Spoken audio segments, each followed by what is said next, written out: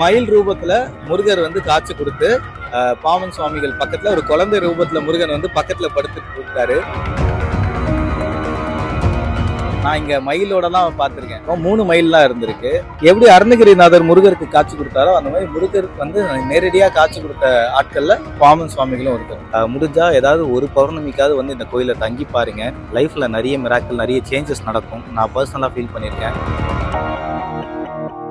So finally ஒருவேளை இங்கே இருந்த க்ரௌடெல்லாம் கொஞ்சம் கிளியர் பண்ணிட்டு வீடியோ ஆரம்பிச்சிருக்கேன். இதுக்கு முன்னாடி எத்தனையோ கேமரா முன்னாடி நான் பேசும்போது எனக்கு எம்பாரஸ்டாக ஃபீல் பண்ணதில்லை.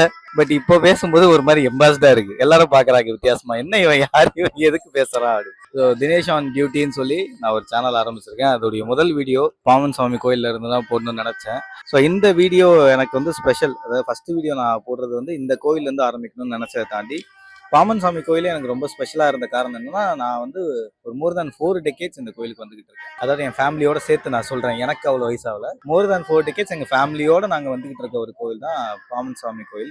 இந்த இடம் நீங்க பாக்குற மாதிரி இப்போ நீங்க இந்த லைட் செட்டப், இந்த கிரீனரியா, இந்த கார்டனிங்லாம் நீங்க பாக்குறீங்க. ஆனா இதுக்கு முன்னாடி பாத்தீங்கன்னா இந்த கோயில் வந்து ரொம்ப நார்மலா ஃபுல் அண்ட் ஃபுல் பீச் மணல்ல இருக்கும். ஃபுல்லா பீச் மணல்ல இருக்கும் இந்த கோயில்ல. அதாவது நம்ம இருக்கிற இந்த சிட்டியில நான் என்ன ஒரு ஸ்கூல் லைஃப்ல படிச்சுட்டு 2000 வச்சுக்கோங்க. 2000ல ஒரு கோவில்ல சிட்டிக்குள்ள மயில் இருக்குன்னா அது இந்த கோவில் தான். நான் இங்க மயிலோடலாம் பார்த்திருக்கேன்.